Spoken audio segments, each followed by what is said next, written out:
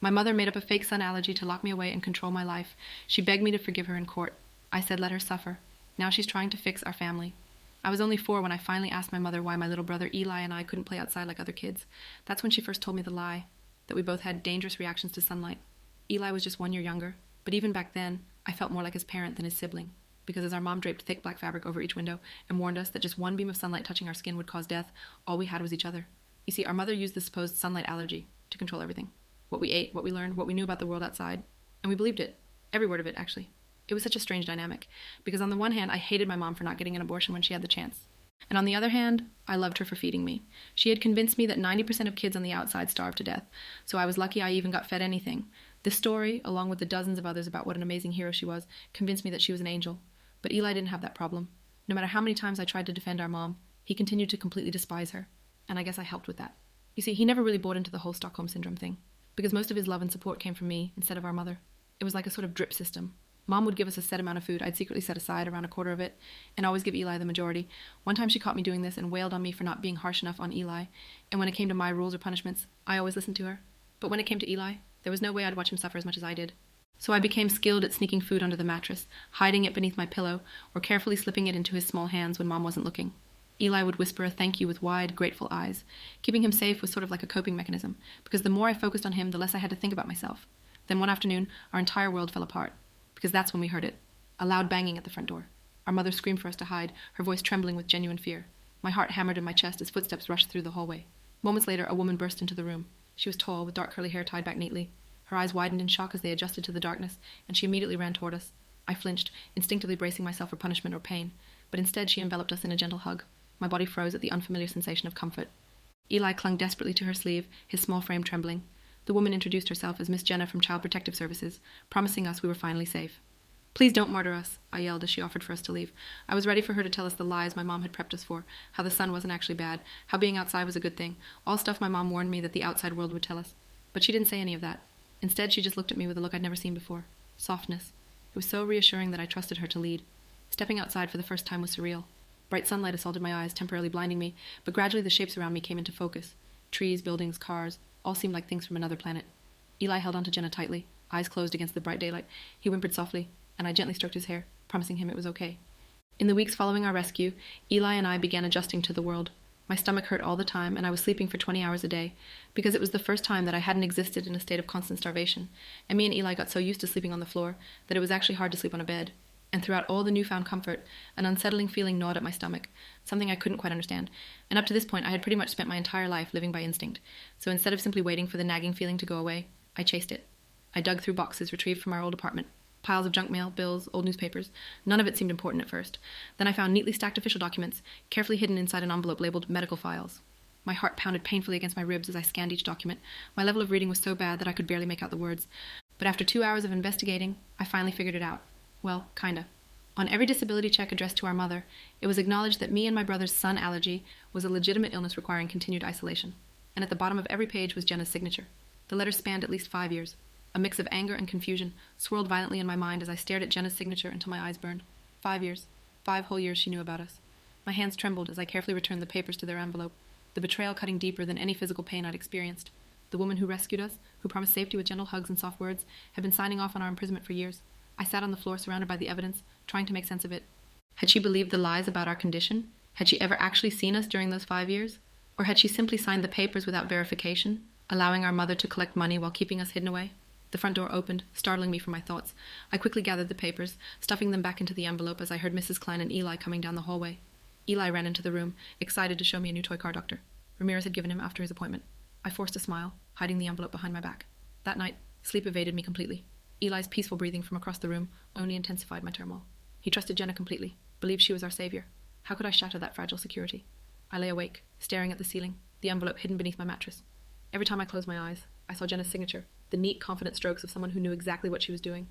I thought about how she always arrived at exactly the scheduled time for her visits, how she asked such specific questions about our care, how she seemed to know details about our lives that we hadn't told her. Eli had nightmares less frequently now, but when they came, they were intense. Tonight, though, he slept soundly, his face relaxed in a way it never had been in our old apartment. In the soft glow of the nightlight Mrs. Klein had installed for us, I could see the changes in him, his cheeks fuller, his skin healthier, his body growing stronger with each passing week. He had formed an attachment to Jenna that worried me now. When she visited, he would run to her, showing her his drawings or the new words he'd learned. She would listen attentively, praising his progress, sometimes bringing small gifts, a matchbox car, a coloring book, once a stuffed bear that he now slept with every night. How could I tell him that the woman he saw as a rescuer had been complicit in our captivity, that while he was starving in the darkness, she was signing forms that allowed it to continue? The truth would devastate him, might even set back the progress he'd made in trusting adults again. But keeping silent felt impossible too. If Jenna had been involved in our imprisonment, what else might she be capable of? What if this placement with Mrs. Klein was just another form of control? What if Jenna was still working with our mother somehow? The questions circled in my mind like hungry wolves, keeping sleep at bay until the first light of dawn filtered through the curtains. Morning brought no clarity, only a hardened resolve. I waited until our temporary foster mother, Mrs. Klein, took Eli outside to play, before confronting Jenna during her scheduled visit. My throat tightened as I placed the envelope on the kitchen table between us. Her smile faltered when I quietly told her I'd found the papers with her signature, spanning 5 years of our captivity. Jenna arrived at exactly 10 a.m., as she always did on Tuesdays. She wore a blue blouse and black pants, her curly hair pulled back in its usual neat ponytail. She greeted Mrs. Klein warmly, asking about her arthritis and commenting on the flowers blooming in the front yard. Through the kitchen window, I could see Mrs. Klein leading Eli to the small playground in the backyard. He was still cautious in direct sunlight, preferring the shaded areas under the trees, but he was getting braver each day. Mrs. Klein had been teaching him the names of birds that visited the bird feeder she'd installed, and he was eager to see if any new ones had arrived overnight. When they were out of sight, I took the envelope from where I'd hidden it in the drawer of the side table. My hands were steady now, the night of uncertainty replaced by a cold determination to know the truth. Jenna was arranging some papers on the kitchen table, forms about our progress that Mrs. Klein would need to sign. She looked up with her usual warm smile when I approached, but something in my expression made the smile fade slightly. "Is everything okay?" she asked, her voice concerned. I placed the envelope on the table between us, my finger tapping the label. Medical files, written in my mother's handwriting. "I found these," I said, my voice quieter than I intended. "They have your name on them, your signature." The transformation in her face was instant, the mask of compassion slipping to reveal something calculating and cold. She quickly glanced around to ensure we were alone before leaning forward with a rehearsed explanation about working within a broken system, about limited resources forcing difficult compromises. For just a moment her eyes widened with genuine surprise, then narrowed as she assessed the situation. The warm concern vanished from her expression, replaced by something harder, more calculating. She glanced toward the window, confirming that Mrs. Klein and Eli were still outside, then turned back to me. "You've been going through confidential files," she said, her voice lower now, with an edge I'd never heard before. "Those aren't for children to read." "They're about me and Eli," I countered, finding courage in my anger. "They say we have allergies to sunlight. They're all lies." She sighed, reaching for the envelope, but I pulled it back toward me. Something flickered across her face, annoyance, maybe even anger, before she composed herself again. "The system is complicated," she began, her tone shifting to something that sounded rehearsed. "There are thousands of children who need help, and not enough resources to help them all. Sometimes we have to make difficult decisions about which cases to prioritize." "You knew about us for 5 years," I said, my voice trembling slightly. "You signed all these papers." She leaned forward, lowering her voice further. "Your mother was very convincing. She had medical documentation, doctor's notes." "Fake ones," I interrupted. "We never saw any doctors." "I didn't know that at the time," she said smoothly. "And when concerns were raised, I investigated. That's why you're here now, isn't it? Because I found you and got you out." But something in her explanation rang false. The dates on the papers, the regularity of her signatures year after year, the detailed descriptions of home visits that never happened, it all pointed to something more deliberate than being fooled by convincing forgeries. My stomach nodded as she smoothly transitioned from excuses to subtle threats about how placement decisions could separate me from Eli if I caused problems. The casual cruelty of it stunned me. How easily she weaponized my love for my brother. "These things you're saying are very serious accusations," she continued, her voice taking on a concerned tone that no longer seemed genuine to me. "They could cause a lot of problems. For me, yes, but also for you and Eli." She reached across the table, not for the envelope this time, but to touch my arm, in what appeared to be a comforting gesture. I fought the urge to pull away. "You and Eli have made such wonderful progress here with Mrs. Klein," she said, "but foster placements are always temporary, you know. The next steps depend on many factors." The implication hung in the air between us, unspoken but clear. Cause trouble, and those next steps might not keep you and Eli together. "There's a shortage of foster homes willing to take siblings," she continued, her voice gentle but her eyes hard. "Especially siblings with special needs and adjustment issues. If your current placement doesn't work out, I can't guarantee you'll be placed together." The threat hit its mark. The thought of being separated from Eli was more terrifying than anything else I could imagine. He depended on me, needed me, had always needed me. Without me to protect him, to comfort him during nightmares, to help him navigate this new world, what would happen to him? "I'm just trying to help you understand how things work," Jenna said, her voice softening as she saw the fear in my face. "The system isn't perfect. Sometimes we have to work within its limitations to get the best outcomes for children like you and Eli." When she reached for the envelope, I snatched it back, a small act of defiance that made her eyes narrow dangerously. That afternoon, I overheard Jenna telling Mrs. Klein about a family called the Marshalls, who lived in a remote countryside location, perfect for children with special medical needs like ours. The isolation in her description sent ice through my veins. This wasn't over. She was trying to hide us away again. I had retreated to the hallway outside the kitchen, the envelope clutched to my chest, my heart racing with fear and anger. Through the partially open door, I could hear Jenna and Mrs. Klein talking. Eli was still outside, now sitting on the porch steps examining a caterpillar he'd found on a leaf. They're a lovely couple, Jenna was saying, her voice warm and enthusiastic. They've fostered several children with medical issues before. Their home is on 5 acres, very private, with plenty of space for the boys to play safely. But I thought Dr. Ramirez said they don't actually have any medical issues, Mrs. Klein replied, sounding confused.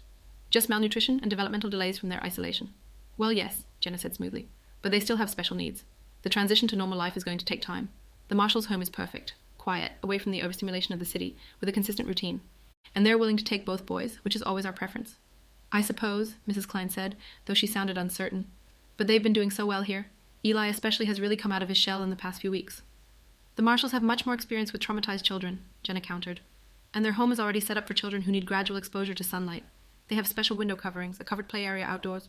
My blood ran cold. Special window coverings, a covered play area. It sounded too familiar, too much like another version of the prison we'd just escaped. How far away is this place? Mrs. Klein asked. About 2 hours north, Jenna replied. Very peaceful area. Limited internet and cell service, but that can be a blessing with kids who need fewer distractions. Limited internet, limited cell service, limited contact with the outside world. The parallels to our previous captivity were too obvious to ignore. I'd like to meet them before making any decisions, Mrs. Klein said. The boys have been through so much change already. Of course, Jenna agreed. I've tentatively scheduled a visit for this weekend if that works for you. The Marshalls are eager to meet the boys. This weekend, just days away. The timeline sent panic surging through me. Whatever Jenna was planning, it was happening quickly. That night, I carefully examined the remaining documents, discovering a pattern of families Jenna worked with, all living in remote locations, all with concerning gaps in visitation records. My reading skills were poor, but determination pushed me through each page, piecing together a disturbing picture of neglect spanning years. After Mrs. Klein and Eli had gone to bed, I spread the papers across the floor of our bedroom, using a flashlight to examine each one more carefully. My reading was slow and laborious, but fear drove me to push through the difficult words and confusing language. The documents included not just the disability forms and medical reports about us, but also references to other cases Jenna had handled. Names were often redacted or abbreviated, but patterns emerged. There were mentions of the Marshalls dating back several years, along with other families with similar descriptions, remote locations, experience with special needs children, limited outside contact. What struck me most were the gaps in the record. Home visits that should have happened monthly were sometimes spaced 6 months apart. Medical evaluations that should have been annual were missing for years at a time, and children who appeared in the record suddenly disappeared, with no explanation of where they had gone or why their cases had been closed. One name appeared repeatedly in connection with the Marshalls, a child referred to only as JM. The case notes mentioned ongoing treatment for photosensitivity and continued isolation protocol, language eerily similar to what had been written about Eli and me. But the notes about JM stopped abruptly 2 years earlier, with no indication of what had happened to the child. I struggled to make sense of what I was seeing. The documents painted a picture of a system that had failed not just us, but potentially many other children. And at the center of that failure was Jenna, whose signature appeared on form after form, authorizing placements, approving continued isolation, signing off on questionable medical treatments. By the time I carefully returned the papers to their envelope and hid it under my mattress, it was past midnight. My eyes burned from straining to read in the dim light, and my head ached with the effort of piecing together fragments of information. But one thing was clear: Jenna was not who she pretended to be, and the Marshalls were not a safe placement for us. 3 days later, a chance discovery changed everything when Mrs. Klein accidentally left her computer unlocked. A quick search revealed news articles about a child's death at a foster home. The Marshalls' home, 2 years earlier, ruled accidental but with troubling inconsistencies. The investigation had been quickly closed, the caseworker listed as J. Campbell, Jenna. Mrs. Klein had been baking cookies with Eli in the kitchen, teaching him how to measure flour and crack eggs. I had excused myself, saying I needed to use the bathroom, but instead slipped into her small home office where her laptop sat open on the desk, the screen showing her email inbox. I had never used a computer before, another consequence of our isolation, but I'd watched Mrs. Klein enough times to understand the basics. I clicked on the search icon and carefully typed Marshall's foster family, my fingers clumsy on the keyboard. The results loaded slowly, and at first showed nothing alarming. A few social media profiles, some community event listings. But on the second page of results, a headline caught my eye. Foster child's death, ruled accidental after investigation. My hands shook as I clicked on the link, opening a news article from a local paper dated 2 years earlier. The article was brief, just a few paragraphs describing how a 7-year-old foster child had died after wandering away from the Marshall's rural property and falling into a pond. The child, identified only by the initials JM to protect their privacy, had been found too late for resuscitation efforts to succeed. The article mentioned that an investigation had been conducted and concluded that the death was a tragic accident with no negligence on the part of the foster parents. The case had been closed within weeks. JM, the same initials that had appeared in the documents I'd found, the child whose records stopped abruptly 2 years ago. I scrolled down, finding a related article that provided more details. JM had been placed with the Marshalls due to special medical needs requiring a controlled environment. The child had been with them for nearly 3 years before the drowning, and the caseworker who had placed JM with the Marshalls and who had also led the subsequent investigation was listed as Jenna Campbell. The article included quotes from Jenna describing the Marshalls as exemplary foster parents who had provided exceptional care for a child with complex needs. She expressed her complete confidence that the drowning had been nothing more than a tragic accident, noting that children with JM's condition often exhibited unpredictable behavior. A cold certainty settled in my stomach. JM had been like us, a child isolated under the guise of medical necessity, placed in a remote location with limited oversight. And when JM had died under suspicious circumstances, Jenna had ensured the investigation was quickly closed. Now she wanted to place us with the same family. I needed proof that would make adults listen, something irrefutable. The opportunity came when Jenna left her bag unattended during her next visit. Heart-pounding, I quickly photographed pages from her planner with Mrs. Klein's old digital camera, list of families, payment amounts, and dates that corresponded perfectly with the disability checks. Jenna's next visit was scheduled for Thursday afternoon, just 2 days before our planned visit to the Marshalls. She arrived carrying her usual leather bag and a folder of papers, which she set on the kitchen table while she greeted Mrs. Klein. "The boys are in the backyard," Mrs. Klein told her. "I'll go get them for you." As soon as Mrs. Klein stepped outside, I moved quickly. Jenna had gone to use the bathroom, leaving her bag on a chair in the living room. I had maybe 2 minutes at most. Mrs. Klein's digital camera was on the shelf where she always kept it. She had been teaching us to use it, letting us take pictures of birds in the yard or flowers in her garden. My hands trembled as I grabbed it and hurried to Jenna's bag. Inside was her planner, a thick book with a black leather cover. I opened it to the current month, finding notes about various cases, including ours. But it was when I flipped back through previous months that I found what I was looking for. Page after page contained lists of names, families like the Marshalls, with notes about their locations and the children placed with them. Beside each entry were numbers, dollar amounts ranging from $500 to several thousand, and dates that aligned perfectly with the disability checks I'd found in our mother's files. I photographed as many pages as I could, my heart pounding so loudly I was sure Jenna would hear it when she returned. The camera made a soft clicking sound with each picture, and I winced, glancing nervously toward the hallway. Just as I heard the bathroom door open, I snapped one final photo, closed the planner, and shoved it back into her bag. I had barely hidden the camera behind a couch cushion when Jenna walked back into the living room. When Jenna discovered me near her bag, her smile tightened as she casually mentioned how excited the Marshalls were to meet us that weekend. Time was running out. "Looking for something?" she asked, her voice light but her eyes sharp. "No," I said quickly. "I was just waiting for Mrs. Klein to come back with Eli." She studied me for a moment, then smiled, a smile that didn't reach her eyes. "Well, while we're alone, I wanted to tell you some good news. The Marshalls are so excited to meet you and Eli this weekend. They've already prepared rooms for you both." The way she emphasized both made it clear she remembered our previous conversation, her implied threat about separating us if I caused problems. "They have a beautiful property," she continued, sitting down on the couch beside me, too close for comfort. "Very private, very peaceful. No nosy neighbors asking questions or strangers coming by unannounced." The threat was thinly veiled. No witnesses. No one to help if things went wrong. "Mrs. Klein says we're doing well here," I said, trying to keep my voice steady. "Mrs. Klein is a temporary placement," Jenna replied smoothly. "The Marshalls are interested in a more permanent arrangement. Wouldn't you like that? A forever home for you and Eli?" The words forever home sent a chill through me. I thought of JM, whose forever home had become a forever grave. "I like it here," I insisted. "Eli does too." Jenna's smile tightened further. "Children don't always know what's best for them. That's why they have adults to make decisions for them." She patted my knee, her touch making my skin crawl. "Trust me, this is going to be wonderful for both of you." Before I could respond, Mrs. Klein returned with Eli, who ran to show Jenna a caterpillar he'd found. The moment passed, but Jenna's message had been delivered clearly. Our fate was decided, and she expected no resistance. With trembling hands, I called Dr. Ramirez, the kind physician who had examined us after our rescue. Her concerned voice was like a lifeline as I frantically explained what I'd discovered, begging her to believe me. The silence that followed nearly broke me before she calmly asked me to bring everything I'd found to the hospital tomorrow. She would help. I waited until after dinner, where Mrs. Klein was helping Eli with his bath. The phone was in the kitchen, and I had memorized Dr. Ramirez's number from the card she had given Mrs. Klein for emergencies. My fingers shook as I dialed, and I nearly hung up when a receptionist answered, but I managed to ask for Dr. Ramirez, explaining that it was urgent, that I was one of her patients. After what seemed like an eternity on hold, her voice came through the line, warm, professional, familiar. "This is Dr. Ramirez. Is this Mrs. Klein?" "No," I whispered, glancing nervously toward the hallway to make sure I was still alone. "It's me, from the hospital, the boy with the sun allergy that wasn't real." "Oh!" Her voice softened with recognition. "Yes, of course. Is everything all right? Are you feeling sick?" The concern in her voice nearly undid me. It had been so long since an adult had shown genuine worry for my well-being without an ulterior motive. "I found something," I said, the words tumbling out in a rush. "Papers. About Jenna. She knew about us for years. She signed forms. She got money. And now she wants to send us to a family where a kid died, and I think she's covering it up, and no one will believe me because I'm just a kid, and—" "Slow down," Dr. Ramirez interrupted gently. "Take a deep breath for me." I obeyed, drawing in a shaky breath. "That's good," she said. "Now you're telling me you found documents showing that Jenna Campbell knew about your situation before your rescue?" "Yes," I confirmed. "For 5 years. She signed all the papers. And now she's trying to send us to live with a family called the Marshalls. And a kid died there 2 years ago, and Jenna covered it up, and—" "The Marshalls," Dr. Ramirez repeated, her voice sharpening. "Are you certain that's the name?" "Yes," I said. "We're supposed to visit them this weekend."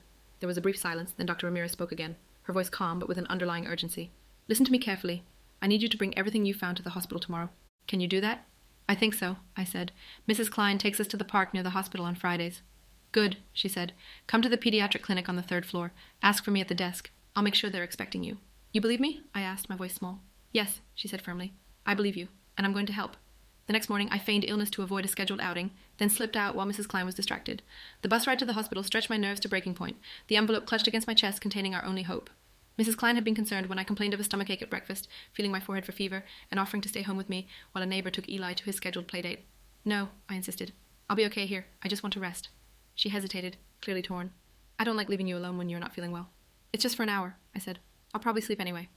Finally, she agreed, leaving me with strict instructions to stay in bed and call her immediately if I felt worse. I waited until I heard her car pull out of the driveway, then sprang into action.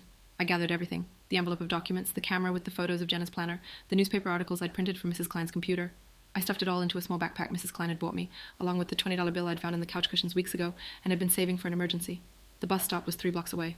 I'd never been there alone, but I'd memorized the route during our trips to the park. My heart hammered in my chest as I walked quickly down the sidewalk, constantly looking over my shoulder, half expecting to see Jenna's car following me. The bus driver gave me a curious look when I boarded alone, but accepted my money without question. I sat near the front, clutching my backpack to my chest, watching the streets pass by through the window. The hospital was 7 stops away, according to the route map posted above the driver. Each time the bus stopped to let passengers on or off, I tensed, afraid Jenna would somehow appear. By the time we reached the hospital, my shirt was damp with nervous sweat, and my hands were cramping from gripping the backpack so tightly. The hospital was huge and confusing, with multiple entrances and a maze of corridors. I followed the signs to the main lobby, then to the elevators, remembering Dr. Ramirez's instructions to go to the pediatric clinic on the 3rd floor. The elevator ride felt endless. When the doors finally opened on the 3rd floor, I stepped out into a brightly colored hallway, decorated with cartoon characters and animal murals. The pediatric clinic was at the end of the hall, its entrance marked by a large rainbow arch. At the reception desk, a woman in colorful scrubs looked up with a smile that faltered slightly when she saw I was alone. "I need to see Dr. Ramirez," I said, my voice barely above a whisper. "She's expecting me." Dr. Ramirez's face grew increasingly grave as she examined each document, her professional composure cracking when she reached the photographs of Jenna's planner. She immediately called someone she referred to as a trusted colleague in child services, speaking in urgent, hushed tones about emergency placement reviews and investigation protocols. Dr. Ramirez led me to a small consultation room, away from the busy clinic area. She closed the door behind us, offering me a juice box and crackers from a cabinet before sitting down across from me at a small table. "May I see what you've brought?" she asked gently. I opened my backpack and carefully laid out everything, the envelope of documents first, then the camera, and finally the printed articles about JM's death. She started with the documents, reading each one carefully, her expression growing more troubled with each page. When she came to the disability checks with Jenna's signature, she paused, examining them closely before setting them aside in a separate pile. "These are very serious," she murmured, more to herself than to me. Next, she looked at the camera, scrolling through the photos I'd taken of Jenna's planner. Her hand stilled when she reached a particular page, and she went back to the documents, comparing dates and names. "They match," she said quietly. The payment dates in her planner aligned perfectly with the disability checks. Finally, she read the articles about JM's death, her professional composure visibly cracking as she connected the dots between that case and ours. "Excuse me for a moment," she said, standing up. "I need to make a phone call. Please stay right here, okay? You're safe." She stepped outside, leaving the door slightly ajar. I could hear her voice, urgent but controlled, speaking to someone she called her trusted colleague in CPS oversight. Words like emergency review, placement freeze, and immediate investigation drifted through the gap. When she returned, her face was set with determination. "I've spoken with someone who can help," she explained, sitting back down across from me. "She works in the department that oversees Child Protective Services. This isn't the first concern that's been raised about Jenna Campbell, but it's the first time anyone has brought forward this kind of evidence." "What's going to happen?" I asked, my voice small. "First, we're going to make sure you and Eli don't go anywhere near the marshals," she said firmly. "My colleague is arranging for an emergency review of your case, which will put any placement changes on hold. Then there will be an investigation, a proper one this time, into Jenna's conduct in the Marshall's foster home." "Will anyone believe me?" I asked. "I'm just a kid."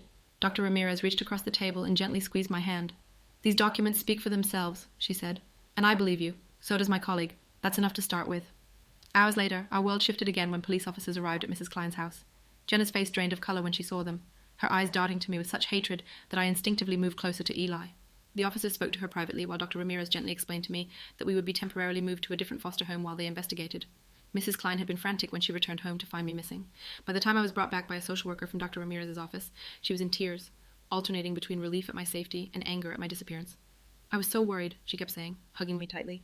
"You can't just leave like that. Anything could have happened to you." The social worker, a woman named Miss Patel, explained the situation to Mrs. Klein in quiet tones while I sat with Eli on the living room floor, helping him build a tower with his blocks.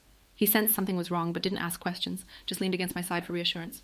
It was nearly dinner time when the doorbell rang. Mrs. Klein answered it, and I heard multiple voices in the entryway, deep, authoritative ones that made my heart race with anxiety. Jenna walked into the living room first, her usual smile in place, though it looked strained around the edges. "There's been a misunderstanding," she announced brightly. "Nothing to worry about, just some paperwork issues that need clearing up." Behind her came 2 police officers in uniform and Dr. Ramirez, whose presence made me exhale with relief. Jenna's smile faltered when she saw me, her eyes narrowing slightly before she composed herself again. "Why don't we talk in the kitchen?" one of the officers suggested, gesturing for Jenna to accompany them. As they moved away, Dr. Ramirez came to sit beside me and Eli on the floor. "You did a very brave thing today," she said quietly. "The officers need to ask Jenna some questions about the documents you found." From the kitchen came the sound of raised voices, Jenna's high and defensive, the officers calm but insistent. I couldn't make out the words, but the tone told me enough. "What's happening?" Eli asked, his small face creased with worry.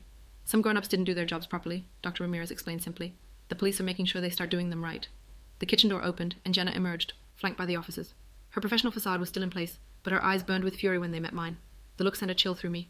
It was pure hatred, a promise of retribution if she ever got the chance. "Ms. Campbell will be coming with us to answer some questions," one officer explained to Mrs. Klein. "In the meantime, Ms. Patel will be your new contact person for the boys." Jenna maintained her professional facade as she was escorted out, but the venomous glance she shot me promised this wasn't over. The investigation moved slowly, agonizingly so. Our new foster parents, the Taylors, were kind but cautious, clearly informed about our situation without knowing all details. Mr. Taylor taught math at the local middle school, while Mrs. Taylor ran a small bakery, their home filled with the normalcy we'd never known. Regular meals, consistent bedtimes, gentle corrections instead of punishment. The decision to move us from Mrs. Klein's house came the next day. Miss Patel explained that it was for our protection. If Jenna was released pending investigation, she knew where Mrs. Klein lived and might try to contact us. "It's just temporary," Miss Patel assured us as we packed our few belongings. "Until things are sorted out." Mrs. Klein cried when we left, hugging us both tightly and making us promise to call her once we were settled. I felt guilty for causing her pain, but the memory of Jenna's hateful glare convinced me it was necessary. The Taylors lived in a modest 2-story house in a quiet neighborhood across town. Mr. Taylor was tall and thin with glasses and a neat beard, while Mrs. Taylor was shorter with warm brown skin and a cloud of curly black hair that she often tied back with colorful scarves. They greeted us with cautious smiles, showing us to a bedroom we would share, already prepared with twin beds and a bookshelf stocked with children's books. "We know this is all very sudden," Mrs. Taylor said gently, "so we'll take things slow, okay? No pressure to talk about anything until you're ready." Their home smelled of cinnamon and fresh bread, Mrs. Taylor's bakery specialties, and was filled with books, plants, and framed photographs of smiling children of various ages. "Former foster kids," Mr. Taylor explained when he caught me examining the photos. "We've been doing this for about 12 years now. Unlike our previous placements, the Taylors had a routine that never varied. Breakfast was at 7:30, dinner at 6. Bedtime was 8:30, preceded by reading time. Mr. Taylor left for school each weekday at 7:45, and Mrs. Taylor worked in her bakery from 5 a.m. until noon, leaving her afternoons free to be with us. The consistency was comforting in ways I hadn't expected. Knowing exactly when meals would happen, when bedtime was, what each day would bring, it created a sense of security that was entirely new. 2 months passed before we learned that Jenna had been suspended pending investigation, with multiple cases being reviewed. The relief was temporary. Suspended wasn't fired, wasn't arrested, wasn't enough to ensure our safety. The nightmares persisted, visions of Jenna finding us, taking us to some remote location where no one would hear us scream. Ms. Patel visited weekly, updating us on the investigation in simple terms appropriate for our ages. Jenna had been placed on administrative leave while her cases were reviewed. The marshal's foster license had been temporarily suspended pending investigation. Other families Jenna had worked with were being interviewed. "It's a slow process," Ms. Patel explained during one visit, her voice apologetic. "There are a lot of records to go through, a lot of people to talk to." The slowness of bureaucracy was maddening. Each night I checked the locks on our bedroom window before going to bed, terrified that Jenna would somehow find us. In my nightmares, she would appear at the foot of my bed, her face twisted with rage, reaching for me with hands that transformed into claws. I would wake gasping, drenched in sweat, and often find that Eli had crawled into my bed during the night, seeking comfort from his own bad dreams. Mrs. Taylor would sometimes find us like that in the morning, curled together like kittens, and her eyes would fill with a sadness that I couldn't quite understand. During the day, I jumped at unexpected sounds, a car door slamming, a knock at the door, the ring of the telephone. Each time the doorbell rang, my heart would race with panic until I saw it was just the mail carrier or a neighbor. Mr. Taylor noticed my hypervigilance and began teaching me chess as a way to channel my anxious energy. The complex game required total concentration, forcing my mind away from fears about Jenna and what might happen next. We would sit at the kitchen table for hours, the wooden pieces moving across the board as he patiently explained strategies and rules. Mrs. Taylor focused on Eli, teaching him to bake simple things like cookies and muffins. He loved the precise measurements, the transformation of ingredients into something delicious. The pride on his face when he presented his creations at dinner was a glimpse of the normal child he might have been without our years of captivity. Then came the morning Mrs. Taylor gently informed me that our mother had requested visitation rights from jail. The thought of facing her sent panic coursing through me, but beneath it stirred a desperate need for answers only she could provide. It was a Saturday morning. Eli was still asleep upstairs while I helped Mrs. Taylor make pancakes, carefully measuring flour into a bowl as she had taught me. Mr. Taylor sat at the kitchen table, reading the newspaper, and occasionally commenting on stories he thought might interest me. The phone rang, and Mrs. Taylor answered it, her expression growing serious as she listened to the caller. She glanced at me several times during the conversation, finally saying, "Yes, I'll discuss it with them and let you know." After hanging up, she exchanged a look with Mr. Taylor, who folded his newspaper and nodded slightly. "That was Ms. Patel," Mrs. Taylor said, sitting down at the table and gesturing for me to join them. "Your mother has requested to see you." The wooden spoon I was holding clattered to the counter. "See us? Why?" "She's entitled to request visitation," Mr. Taylor explained gently. "It doesn't mean it will happen if you don't want it to. You have a say in this." What about Eli? I asked, my protective instincts flaring. The request was just for you, Mrs. Taylor said, not Eli. That detail struck me as significant. My mother knew that Eli had never bonded with her, had always resisted her control in ways I hadn't. She was targeting me specifically, perhaps hoping to manipulate me as she had for years. You don't have to decide right now, Mrs. Taylor assured me. Take some time to think about it. But even as fear twisted in my stomach at the thought of seeing my mother again, curiosity stirred alongside it. Why had she done what she did? How had her arrangement with Jenna begun? What was real and what was lie in the world she had created for us? The questions haunted me for days. I would lie awake at night, staring at the ceiling, weighing fear against the need for answers. Eli sensed my turmoil, staying closer to me than usual, as if afraid I might disappear. Finally, after a week of deliberation, I told the Taylors I wanted to see my mother just once, alone. Are you sure? Mrs. Taylor asked, concern evident in her voice. I need to know why, I said simply. I need to hear it from her. The prison visiting room smelled of industrial cleaner and despair. My mother appeared smaller somehow, her eyes lighting with desperate hope when she saw me. The rehearsed speech I'd planned evaporated as she reached for my hands across the table, her familiar touch sending conflicting waves of comfort and revulsion through me. The prison was a 2-hour drive from the Taylor's house. Mr. Taylor took the day off work to drive me there, explaining the process as we traveled, the security checks we would go through, the rules of the visiting room, what to expect from the environment. I'll be right outside the whole time, he promised. If you want to leave at any point, just tell the guard, and they'll bring you out immediately. The prison itself was a sprawling complex of grey buildings, surrounded by high fences topped with razor wire. The sight of it made my stomach clench with anxiety. Inside, we went through metal detectors and pat-downs before being escorted to the visiting area. A large room filled with small tables and plastic chairs, guards stationed along the walls. Mr. Taylor squeezed my shoulder reassuringly before taking a seat in the waiting area. I'll be right here, he reminded me. I was led to a table in the middle of the room. Minutes later, a door on the opposite side opened, and my mother appeared, escorted by a female guard. She wore a baggy orange jumpsuit that hung from her frame, revealing how much weight she had lost. Her hair, once long and often unwashed, had been cut short, emphasizing the gauntness of her face. When she saw me, her eyes lit with a desperate hope that made my chest tighten. The guard directed her to the chair across from me, then stepped back to a respectful distance. You came, my mother said, her voice hoarse with emotion. I wasn't sure you would. The rehearsed questions I had planned to ask evaporated from my mind. Instead, I sat in silence, studying the woman who had shaped my entire existence through lies and manipulation. She reached across the table for my hands. I flinched but didn't pull away, allowing her familiar touch, the same hands that had both hurt and comforted me throughout my childhood. The contact sent conflicting waves through me, revulsion at the memories of abuse, but also a treacherous comfort in the familiarity. When I quietly asked why she'd paid Jenna to keep us imprisoned, her face crumpled. Between broken sobs, she revealed a twisted narrative of protection and paranoia, how after my father's death, she became convinced the world would take us from her, how Jenna had initially investigated a neighbor's concern, but offered an arrangement instead. Why? I finally managed to ask, the single word containing all my confusion, anger, and hurt. She wiped at her tears with the sleeve of her jumpsuit. I was trying to protect you, she said, her voice breaking. After your father died, I couldn't cope. I was afraid all the time, afraid of losing you both, afraid of failing you, afraid of the world and what it might do to you. I remembered my father only vaguely, a tall man with a laugh that seemed to fill our old apartment, gone when I was barely 3 years old. His death in a car accident had changed everything, though I hadn't understood how profoundly until now. When you were little, you got a bad sunburn at the park, my mother continued. You were so red and in so much pain, you cried for days. I felt like the worst mother in the world for letting that happen to you. I had no memory of this incident, but I could see how it had twisted in her mind, becoming the seed of the elaborate lie about our condition. Then the neighbor called CPS, she said, her voice dropping to a whisper. She'd seen me yelling at you, I think. Or maybe she noticed I wasn't taking you outside anymore. I don't remember. But Jenna came to investigate. She described how terrified she'd been, certain that Jenna would take us away. But instead of following protocol, Jenna had noticed my mother's disability checks, legitimate ones she received for her own diagnosed mental health issues, and proposed an alternative. She said she could make it go away, my mother explained.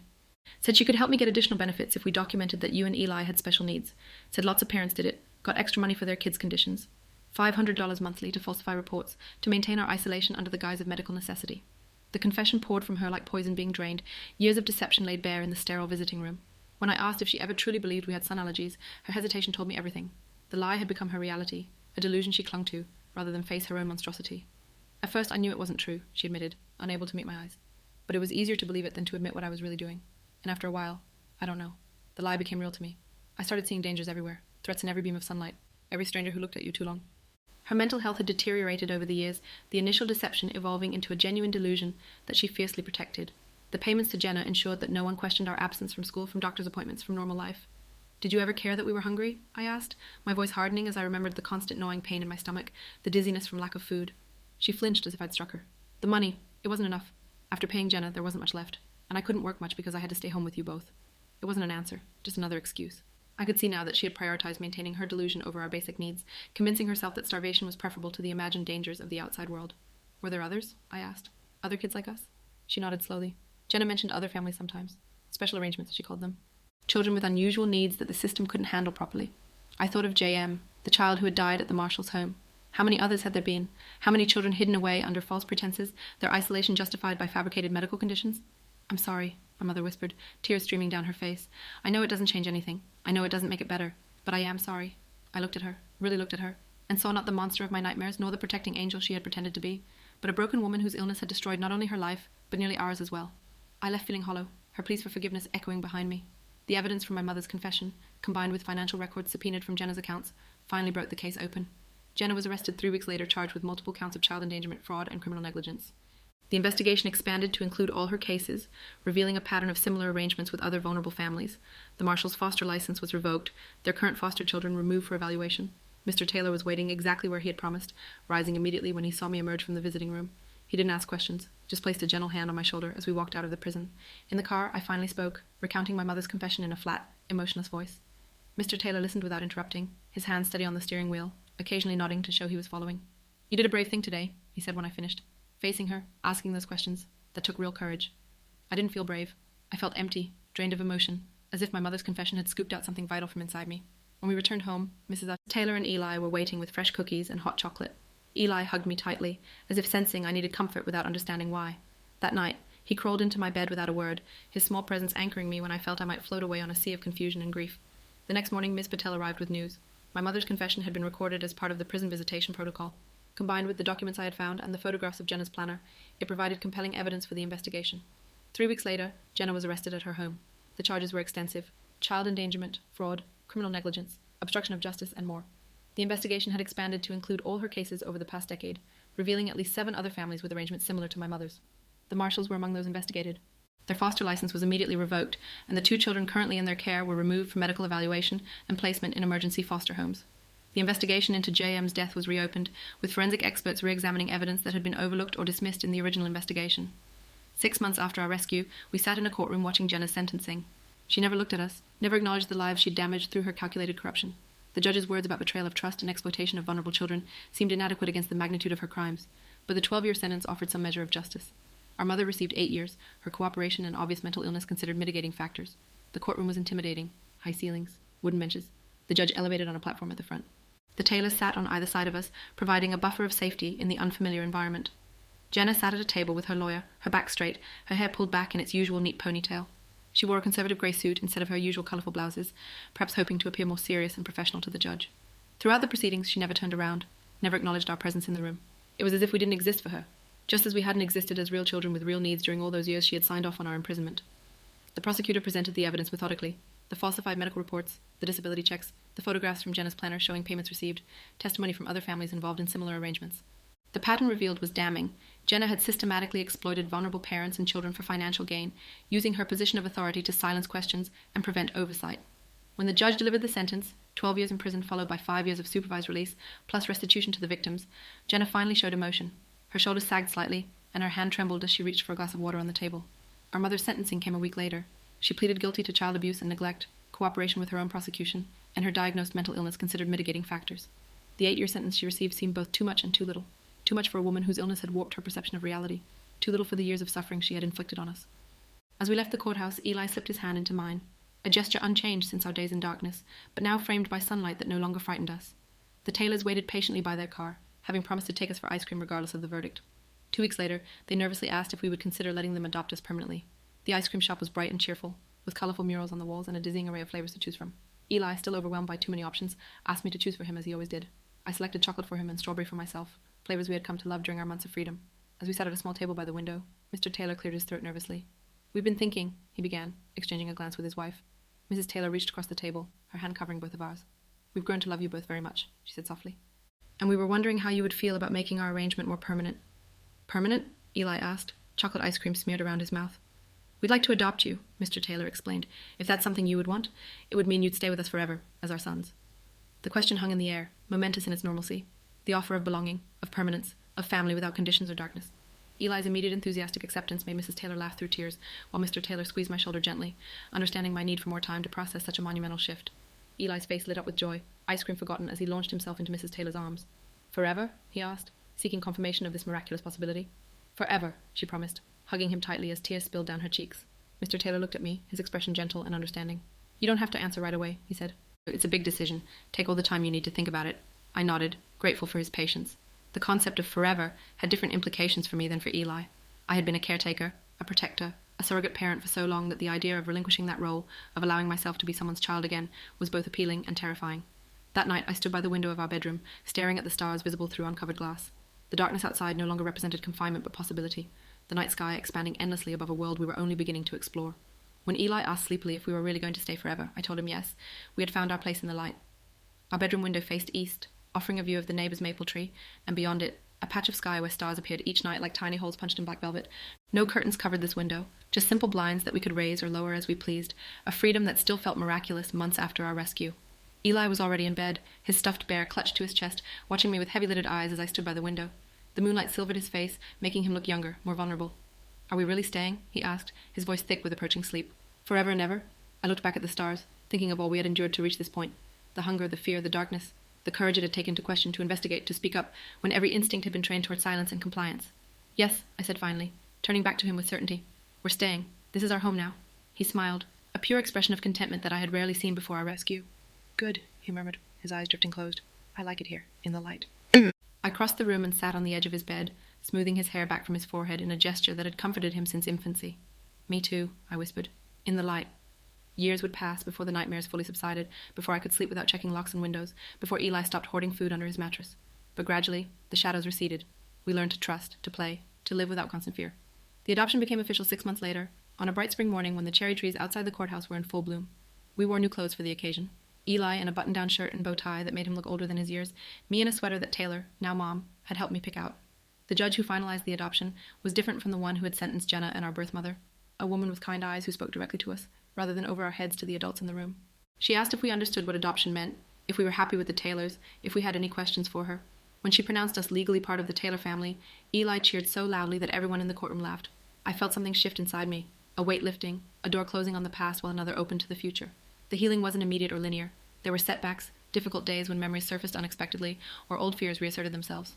Eli continued to struggle with food security, hiding snacks around his room despite the Taylor's assurances that he would never go hungry again.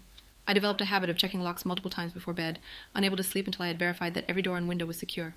Nightmares plagued us both. Eli would wake screaming from dreams where our birth mother was dragging him back into darkness. My dreams featured Jenna more often, her cold eyes watching as I tried and failed to protect Eli from some nameless threat. School was another challenge. Despite months of intensive tutoring, we both tested well below grade level when it was time to enroll in public school. The Taylors advocated fiercely for appropriate placements and support services, refusing to allow us to be stigmatized for educational gaps that were not our fault. Mr. Taylor, Dad, spent hours each evening helping with homework, breaking down concepts into manageable pieces, celebrating every small victory. Mom created a reward system for reading practice, with trips to the bookstore to select new books when we reached certain milestones. Slowly, painfully, we caught up. By the time I entered high school, I was only 1 grade behind my age group. Eli, whose natural intelligence had been less damaged by our years of isolation, managed to join his age-appropriate class by middle school. The physical scars of malnutrition faded more quickly than the psychological ones. Regular meals, vitamin supplements, and proper medical care corrected most of the deficiencies we had suffered. Eli grew tall and strong, eventually surpassing me in height, a fact he took great delight in teasing me about. I still keep that envelope of documents, not as a reminder of betrayal but as proof of survival, evidence that even in the darkest confinement we found the strength to reach for light. Sometimes justice comes not in perfect measures but in the freedom to build something new from the broken pieces of the past, and sometimes healing begins with the simple miracle of sunlight on skin that was never allergic to its touch. The envelope now lives in a fireproof box in my closet. I rarely open it, but knowing it's there serves as a reminder, not of the trauma, but of the courage it took to escape it. The documents inside are proof that even a child can recognize truth, can stand against adult authority when that authority is corrupt, can fight for justice and win. Jenna served 10 years of her 12-year sentence before being released on parole. Our birth mother served her full 8 years, then moved to another state. Neither has attempted to contact us, though occasionally I search their names online, needing to reassure myself that they remain far from our lives. The investigation that began with my discovery eventually uncovered a network of corruption, extending beyond Jenna to several other social workers, and at least 2 supervisors in the department. The scandal led to a complete overhaul of the state's child protective services, with new oversight protocols and accountability measures implemented. JM's death was eventually ruled a homicide rather than an accident. The marshals were charged but acquitted due to insufficient evidence, a partial justice at best, but at least the truth was officially acknowledged. Eli graduated high school with honors, and is now studying psychology at the State University, determined to help other children who have experienced trauma. He still calls me every Sunday night, still looks to me for guidance on important decisions, but has grown into his own person, confident, compassionate, and remarkably well-adjusted, despite our early years. As for me, I work as a paralegal in a law firm that specializes in child advocacy cases. The documents I handle daily, court orders, placement reviews, Guardian ad litem reports are similar to those that once controlled our lives, but now I use my knowledge to ensure they protect rather than harm the children they concern. On my desk at work sits a small potted plant that requires direct sunlight to thrive. Each morning I place it on the windowsill, watching as it turns its leaves toward the light. It serves as a daily reminder of the most important lesson of our journey, that even after years in darkness, we can still grow toward the light when given the chance. The miracle isn't that we survived our captivity, though that itself was against the odds. The true miracle is that we emerge from it capable of trust, of love, of building a life beyond the shadows of our past. That our skin, never truly allergic to sunlight, now thrives in its warmth. That our hearts, once carefully guarded against hope to avoid disappointment, now open freely to the possibilities each new day brings. In the end, that is the justice that matters most, not the prison sentences or policy changes, important though they are, but the simple, profound freedom to stand in the sunlight without fear, to know that the darkness that once defined us has no power to call us back.